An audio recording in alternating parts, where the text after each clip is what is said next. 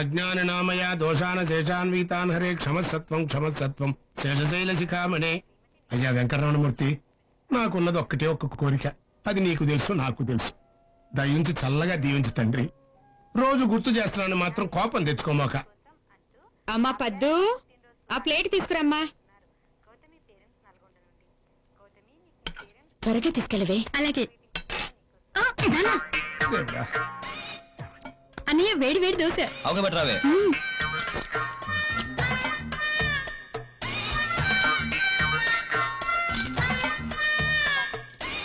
అబ్బా, ఒక దగ్గర కూర్చొని తినన్నయ్యా, లేకపోతే తిన్న తరగదు. ఇంకొంచెం చట్నీ వేసుకో అన్నయ్యా. ఇంకోటి తెస్తాను, కాస్త మెల్లగా తిను.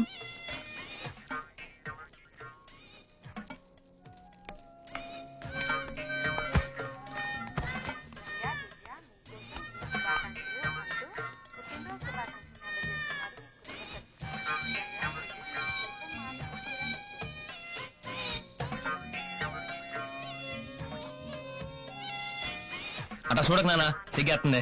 నీకు సిగ్గు కూడా ఉందంటరా?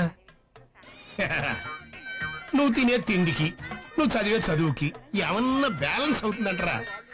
తినేది ఎంత, చదివేది ఎంత? అయ్యయ్యో, పొద్దున్నే వాడి మీద పడి ఏడుస్తున్నారేంటండి? తినేది మన బిడ్డగా. చదువుకునే వాడికి తిండి మీద ధ్యాస ఉండదే. వీడు తెలివైన వాడో తెలుగు తక్కువ వేదో అర్థం కావట్లేదు. ఒక్కొక్కప్పుడు బ్రహ్మాండంగా మార్కులు వస్తాయి, ఒక్కొక్కప్పుడు బండి సున్నాలు వస్తాయి. వాడిది మేలా ఎస్ఎస్సీ చదువు కాదు. చదువుతాడండి, చదువుతాడు. వాడు తలుచుకోక గాని తలుచుకుంటే రేపు పాటికి ఏ కలెక్టర్ అయిపోతాడు. ఆడి మొఖానికి బిల్లు కలెక్టర్ కూడా కాడు. నీ దోసేసుకోన్నయ్యా. అవేసుకుని బాగా తిరిగి పెట్టన్నయ్యా. తల్లి కూతురు ఇద్దరు కలిసి పందెపు కొట్టిన మేపినట్టు మేపుతున్నారు. రేయ్, నీ వదులు దొడ్డో గేదెని మేపుకుంటే రోజుకు 4 లీటర్లు పాలు ఇచ్చేదిరా. చిచ్చి, చదువు సంధ్యలు లేవు. ముప్పొద్దుల మెక్కటం, అది అరిగేదాకా సినిమాలు, షికార్లు, అడ్డమైన గొడవలు, రాత్రి 1 గంట దాకా క్యారం బోర్డులు. ఏమైందిరా నా కొడుక్కి? ఎవరు కొట్టారా? మాట్లాడరా? అది మాకు తెలియదు అంకుల్. రాత్రి ఒక్కడే వస్తుంటే యాక్సిడెంట్ అయిందంట. అంట యాక్సిడెంట్ అయిందంట ఏంట్రా సన్నాసులారా? దీనికి కూడా మీరు అందరూ కలిసి వెళ్తారు కదా. మీరు లేకుండా ఒక్కడికి యాక్సిడెంట్ ఎట్ట అవుతురా? ఎందుకు అబద్ధం చెప్తారు?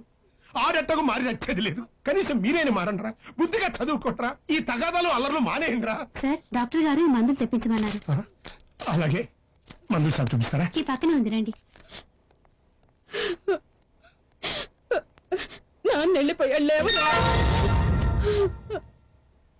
అసలు ఏమైందిరా చంటి? మా క్లాస్మేట్ సంగీతని ఒకడు బయట పట్టుకుని లాగాడమ్మా. అమ్మాయి చేతే చెప్పుతో కొట్టించాను. అది మనసులో పెట్టుకుని వాడు రాత్రి 10 మందితో వచ్చి కొట్టాడు. నువ్వు కూడా ఇదే మనసులో పెట్టుకుని ఈసారి వాళ్ళు కనిపిస్తే బాగా చిత్త కొట్టి ఏ కీలు కీలు తీసేరా చంటి. నేను అదే పని ఉన్నానమ్మా. సిస్టర్, డాక్టర్ గారు ఎప్పుడు వస్తారమ్మా? నాన్న వస్తున్నారా?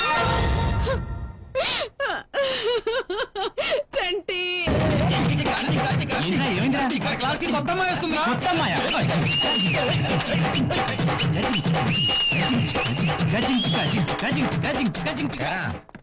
కొత్త అమ్మాయి జాయిన్ అయిందా? అమ్మాయిని చూసావా? ఏం పేరు? తెలీదు సార్. మరేం చేద్దాం అనుకుంటున్నావురా? చెప్పెళ్ళు, ఏదో ఐడియా ఉంటుంది కదా నీకు. పిల్ల పేరు తెలవదు, ఫేస్ తెలవదు, ఓ డాన్సులు. ఇప్పుడు నేను చెప్పబోయే మ్యాటర్ మీకు కాదు, వీళ్ళకి. ఒరేయ్, ఇప్పుడు తెలవదురా మీకు?